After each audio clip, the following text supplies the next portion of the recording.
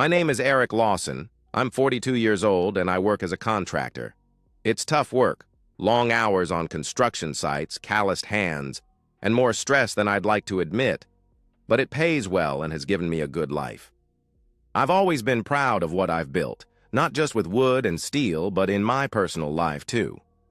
I met Claire at a summer barbecue when I was 27 and she was 25.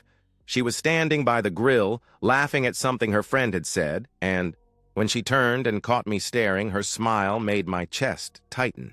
I knew she was different. We fell in love quickly, the kind of love that makes you stupid and brave at the same time. Within 2 years, we were married in her parents' backyard, surrounded by string lights and the people who mattered most. For 15 years, I believed we had the perfect marriage. Claire never worked outside the home. I was happy to provide, while she took care of the house. We had our rhythm.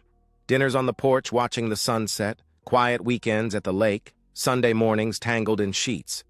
The simple happiness most people dream about but never quite achieve. We tried for kids, but it never happened. Claire cried about it sometimes, and I'd hold her, telling her we were enough for each other. I meant it. Then Mark's world collapsed. Younger brother had always been the charmer, quick with a joke, easy with a smile, the guy everyone wanted at their party. But his divorce was vicious. His ex-wife took him for everything. The house, the cars, most of his savings. She'd caught him with her sister, and the judge hadn't been sympathetic. By the time the lawyers were done, Mark was financially ruined and emotionally destroyed. I found him in Murphy's bar at 2 p.m. on a Tuesday, unshaven, wearing the same shirt I'd seen him in a week earlier. The smell of desperation hung on him like cheap cologne. "I'm done, Eric," he said, not looking up from his bourbon. "I've got nothing left." "You've got family," I told him firmly. "Come stay with us until you get back on your feet." Claire's hesitation was subtle when I told her that. Evening, she was chopping vegetables for dinner, and the knife paused mid-cut. "Are you sure this is a good idea? He seems different now," she asked cautiously. "Family helps family," I said firmly, kissing her forehead. "It's temporary." That night, I showed Mark to the guest bedroom, the same room where I'd once imagined setting up a nursery. His gratitude felt genuine as he gripped my shoulder. "I'll get back on my feet, brother. I promise." "You won't regret this," he said with emotion. I went to bed that night feeling proud of my decision, believing I'd thrown my brother a lifeline. But things shifted almost immediately. Claire started wearing makeup around the house, something she hadn't done in years. Her comfortable sweats were replaced with fitted jeans, loose t-shirts with low-cut blouses. When Mark cracked jokes over dinner, her laughter rang louder than it ever did for mine. She'd linger after I went to bed, claiming she was cleaning up, but I'd hear their voices drifting up through the floorboards, punctuated by her giggles. "Mark's actually really insightful," she told me one morning, pouring coffee. "You never mentioned how smart he is." I noticed but dismissed it. She was being kind to a hurting man. That's who Claire was. Compassionate, warm. It's what made me fall in love with her. 3 weeks in, my construction schedule ramped up. We'd landed a major commercial project that required longer hours and overnight trips to coordinate with suppliers 2 states over. "I'll be working late more often," I announced over dinner, stabbing at my steak. "And traveling for the Morrison project. Could be gone 2-3 days at a time?" "We'll manage," Claire said, but she was looking at Mark when she replied. As I loaded my truck for the first extended trip, toolboxes rattling in the bed, I caught them through the kitchen window. They were standing by the sink, and something passed between them, a look that made my stomach tighten with an unnamed dread. Mark's hand brushed Claire's as he handed her a dish, and she didn't pull away. I sat in my truck for a full minute, keys in the ignition, telling myself I was imagining things. The 3-day job in Memphis went smoothly, but I couldn't shake the feeling gnawing at my gut. When I pulled into our driveway at 10 p.m., the house looked normal from the outside. Porch, light on, Claire's sedan in its usual spot, Mark's borrowed pickup beside it. But inside, everything felt shifted. like furniture moved just inches from where it should be. Empty wine bottles filled the kitchen trash. 3 of them. Claire rarely drank, maybe a glass at dinner on special occasions. Her shoes were kicked, off in the living room, not placed neatly by the door. The guest bedroom door, which Mark used to leave open, was closed tight. "How was Memphis?" Claire asked, appearing in her robe, hair damp from a shower. "Fine. You two have a party?" I responded, eyeing the bottles. She followed my gaze to the trash. "Oh, Mark was feeling down about the divorce. We had a few glasses while talking. You know how it is," she explained quickly. But I didn't know how it was. In 15 years, Claire had never been the late-night talking type, not even with her own sister. That night, when I reached for her in bed, she turned away. "I'm exhausted, honey." "Tomorrow?" she said softly. Tomorrow became next week, then the week after. Every advance met with hollow excuses, headaches, exhaustion, not feeling like myself lately. Meanwhile, Mark had transformed. The broken man. I'd pulled from the bar, now strutted through my house with renewed confidence, making jokes about my hard labor while he kept Claire company.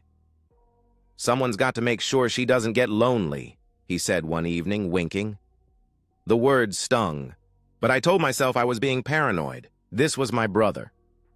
This was my wife, yet the evidence mounted. Inside jokes I didn't understand. Conversations that died the moment I entered a room. One evening I came home early to find them on the couch watching a movie, sitting close enough that their thighs touched. The space between them vanished the moment they noticed me. "Join us," Claire said, her voice too bright. "I should check on some emails," Mark said, standing quickly. "I'll come help," Claire offered, following him before I could respond. "He's been having trouble with his resume format." She didn't return for an hour. The breaking point came during Thursday dinner. Mark casually mentioned Claire's fear of thunderstorms, something she'd only told me after 3 years of marriage. He knew about the scar on her hip from a childhood, bike accident, her hatred of jasmine perfume, the way she counted stairs when nervous. "How do you know that?" I asked, my fork suspended halfway to my mouth. Claire's face flushed crimson. "We've just been talking a lot. You know, while you're at work. It's nice having company," she stammered. That night, I lay rigid in bed, cataloging every sound. Footsteps in the hallway at 1 a.m. The guest bathroom door opening, closing. Whispered. Voices that stopped when I shifted positions. At 3 a.m., I got up for water and found Claire's wedding ring on the bathroom counter. She'd never taken it off before, not even for gardening. "Oh, I was cleaning it," she said the next morning when I held it up, but it wasn't any cleaner than before. My work suffered. I misread blueprints, ordered wrong materials, snapped at my crew. My foreman Dave pulled me aside. "Everything okay at home, boss?" he asked with concern. "Fine," I lied. I started leaving work randomly, making excuses about forgotten tools or documentation. Each time I arrived home unexpectedly, I found them quickly separating. From the kitchen, the living room, once from the hallway near the guest bedroom. "You're paranoid," I told myself, but my gut knew better. My brother's cologne lingered in my bedroom. Claire's phone, which she used to leave anywhere, never left her side now. When notifications popped up, she'd flip it face down or walk to another room to respond. 3 weeks after that first trip, another big job came up, a hotel renovation 3 hours north. "I'll be gone 3 days," I announced at dinner, "leaving Tuesday morning." "That's rough," Mark said, not looking up from his plate. "But don't worry about anything here, brother. I'll take real good care of Claire while you're gone." The emphasis on real good care made my blood run cold. The way Claire's breath caught, the quick glance between them, I knew. Tuesday morning, I loaded my truck with elaborate theater, packed my bags, my tools, even called Claire from the road to say I'd arrived safely. But I'd only driven to a motel 1 town over, waiting, planning, knowing I'd return Wednesday night to confirm what my heart already knew. My hands shook as I turned the key Wednesday night, entering my own home like a thief. I'd parked 2 blocks away and approached through the backyard, avoiding the motion lights I'd installed myself.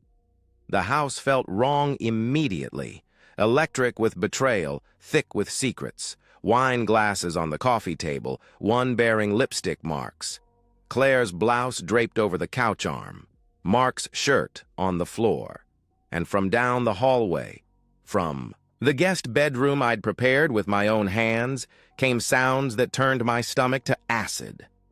Each step down that hallway felt like walking through wet concrete. My work boots, which I'd forgotten to remove, seemed thunderous on the hardwood, but they didn't hear.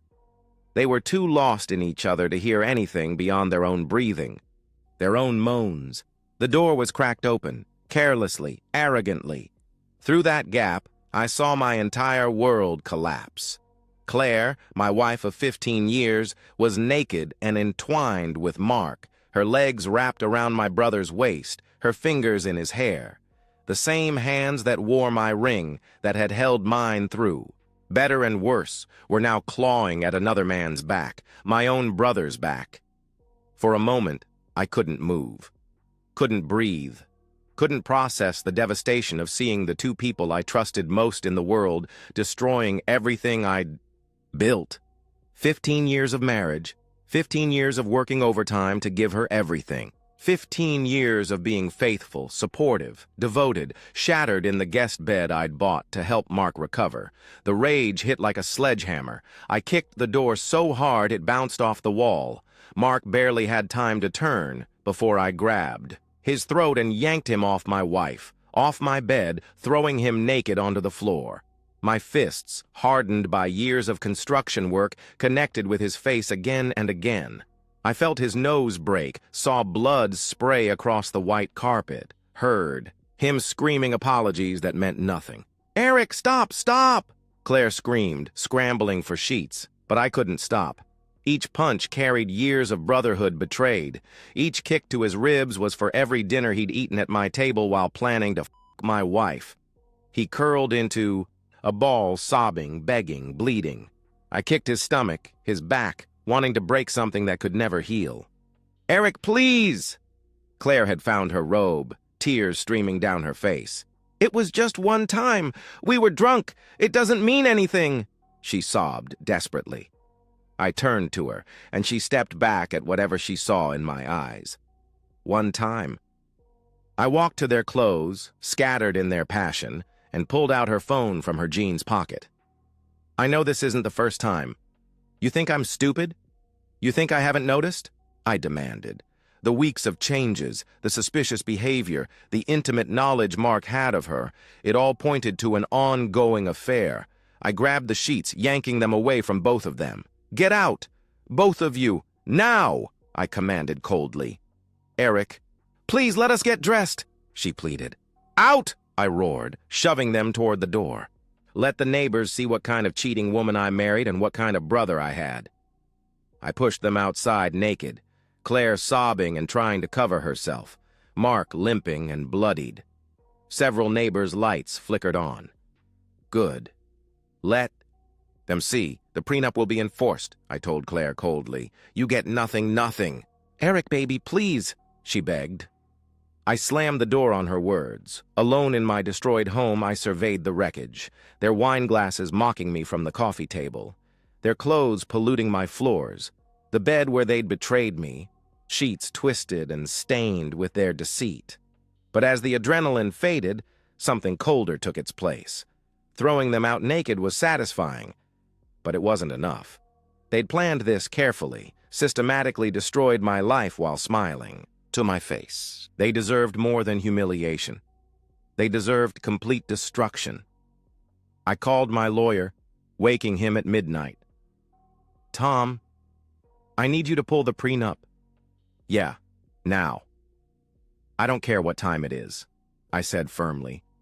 Then I began my real work. Claire's phone, left behind in her panic, unlocked with the anniversary date she'd apparently forgotten meant anything. The messages were all there, weeks of planning. Jokes about my stupidity. Mark telling her what he wanted to do to her in explicit detail. Claire responding with pictures, encouragement, counting down the days until my next trip. One message from Mark made me see red. He actually thinks I'm grateful. The idiot is financing his own cuckolding. Another from Claire. I can't wait until you're in his bed. There's something so hot about doing it right under his nose. They hadn't just betrayed me. They'd laughed about it. I sat at my kitchen table until dawn, planning like I'd plan a construction project, every detail mapped out, every vulnerability identified, every consequence calculated. By sunrise, I had blueprints for their destruction. The prenup was ironclad. Tom had insisted on it years ago, despite Claire's tears about not trusting our love. She'd signed without reading, trusting me like I'd trusted her. The adultery clause was clear. Infidelity voided any claim to marital assets. The house, my business, our savings, all mine. She won't get a penny, Tom confirmed over the phone. With this evidence, she can't even contest it. But legal victory wasn't enough. I wanted scorched earth. Claire's parents, Richard and Dorothy, were conservative Baptists who'd loved me from day one. I'd been the steady, reliable man who'd rescued their wild daughter from her party girl 20s. I drove to their house Sunday morning, carrying a folder of screenshots. Eric! Dorothy hugged me warmly. Where's Claire? We missed you both at service. I need to show you something, I said quietly. I laid out the evidence methodically. The texts, the photos Claire had sent Mark, the security footage from my doorbell camera showing them kissing on my porch while my truck was still in the driveway. Richard's face went from confused to horrified to furious. Dorothy wept, then prayed, then wept again. That Jezebel. Richard finally spoke, his voice shaking. After everything you've done for her, after how you've provided, protected, loved her, she's no daughter of mine, Dorothy said quietly. And I knew she meant it. They cut Claire off that day, blocked her number, changed their will. When she appeared at their door begging for forgiveness, they called the police for trespassing. Richard called me later. You'll always be our son, Eric. She made her choice, he said with finality. Mark's destruction required different tactics. I knew from the divorce that he'd violated his restraining order multiple times, but had avoided consequences. I also knew he owed 6 months of child support. A few calls to the right people, a few documents provided to his ex-wife's lawyer, and within 48 hours, Mark was arrested at the motel where he'd been hiding. His probation was revoked. Without my protection, without my house, without my money to pay for a lawyer, Mark faced the full weight of his legal troubles. 6 months in county jail minimum. His ex-wife smiled when she called to thank me. Word spread through our small town like wildfire. Not through me. I maintained dignified silence. But Claire's walk of shame had been witnessed. The neighbors talked. My crew talked. The church talked. Within a week, everyone knew that Claire Lawson had cheated on Good. Honest Eric with his own brother. Claire discovered that reputation matters in a small town. The dental office where she'd interviewed before everything collapsed wouldn't hire her. They decided to go another direction. The boutique downtown passed. Even the grocery store said no.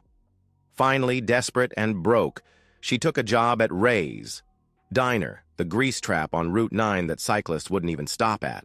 I made one visit there 3 months later. She was thinner, her designer clothes replaced with a stained uniform, her perfect manicure replaced with cracked nails. She saw me enter and dropped her coffee pot. Eric, she started. Just coffee, I said, sitting at the counter. She poured with shaking hands. Can we talk? She asked hesitantly. We're talking, I replied coldly. I mean really talk. About us. About what happened. I was confused, Eric. Mark manipulated me. He said things, made me believe things. I never stopped loving you, she pleaded, desperately. I listened to her entire speech. The tears, the promises, the insistence that it meant nothing, that she'd made a terrible mistake, that she'd do anything to fix it. You had everything, I said quietly. A home, security, a husband who loved you completely, and you threw it away to have intimacy with my brother in my own house. In the bed I bought, while spending my money. Live with that choice. Eric, please, she begged. I left $5 on the counter and walked out, her sobs following me to the parking lot. Mark fared worse. After jail, no one would hire him. His reputation as a man who'd betrayed his own brother followed him everywhere. He tried construction, my crews spread the word. Tried sales, nobody trusted him. Last I heard, he was panhandling near the shopping center, sleeping in a tent behind the abandoned Kmart. Sometimes I drive by and see him there, hollow-eyed and broken, holding a cardboard sign. I don't slow down. The house felt different with them gone. Not empty, but clean. Like I'd finally fixed a structural problem that had been rotting the foundation. I redecorated, burned their belongings, had the guest room professionally cleaned, then converted it to a home gym. The neighbors brought casseroles. My crew invited me to barbecues. The women at church started smiling more, asking if I needed anything at all. I dated carefully, slowly, with the wisdom of someone who'd learned to spot red flags. 6 months later, I met Sarah at a hardware store. She was trying to fix her own sink, covered in plumbing putty and swearing creatively. She laughed when I offered help, insisted on learning how to do it herself. We had coffee after, then dinner. She had her own career, her own house, her own life. She didn't need me to save her, didn't want me to provide everything. She wanted a partner, not a provider. I believe in brutal honesty, she told me on our third date. No games, no lies, no betrayal. If something's wrong, we talk. If it's over, we say so. Clean breaks, no destruction. I could work with that. 6 months have passed since everything fell apart, a full year since that night I caught them. I stand on my porch with my morning coffee, surveying the life I've rebuilt. The sun's coming up over the construction site across town. My newest project, a community center that'll bear my company's name. Claire still works doubles at Ray's Diner. I know because Tom's investigator keeps tabs, making sure she doesn't try anything legally stupid. She lives in a studio apartment above the laundromat, the kind with water stains on the ceiling and neighbors who fight at 3 a.m. Her parents still send me Christmas cards, but haven't spoken to her since the revelation. She's become the town cautionary, tale, the woman who had everything and destroyed it for nothing. Mark never recovered. The jail time broke something in him that was already cracked. He panhandles near the town center now, his addiction worse than ever. Sometimes he shuffles past my job sites, a living ghost of brotherhood betrayed. My workers know not to give him anything. Once, he approached me directly, skeletal and desperate, calling my name. I looked through him like he was glass and kept walking. The house feels like mine again. Sarah comes over twice a week, but we're taking things slow. She respects what I've been through, doesn't push for more than I'm ready to give. We cook together, laugh at bad movies, work on projects side by side. She fixed my bathroom sink last week while I made dinner. Partnership, not dependency. You know what I like about you? She said recently, painting my kitchen while I installed new cabinets. You don't need anyone to complete you. You're already whole. She's right. The betrayal didn't break me. It revealed me, showed me I could survive anything, destroy those who deserved it, and rebuild stronger. I lost a wife and a brother that day. I came home early. But looking at what they've become, at what they always were beneath the surface, I realize I didn't lose anything of value at all. The coffee's getting cold. I head inside to get ready for work, passing the hallway where I once caught them whispering. Now it holds pictures from my latest projects, awards from the Construction Association, a photo of Sarah and me at the job site, hard hats on and grinning. My phone buzzes. It's Richard, Claire's father. Saw the news about your community center project. So proud of you, son. Dorothy sends her love. I text back thanks, meaning it. The last good thing from that old life, preserved. I've got foundations to pour today, things to build that will last. And that's the end of today's story. If you enjoyed it, please give this video a thumbs up and drop a comment below. Your support helps the algorithm push my content further. If you're new to the channel, don't forget to hit that subscribe button. It really helps me keep creating more stories for you. Thanks for watching, and I'll see you in the next one.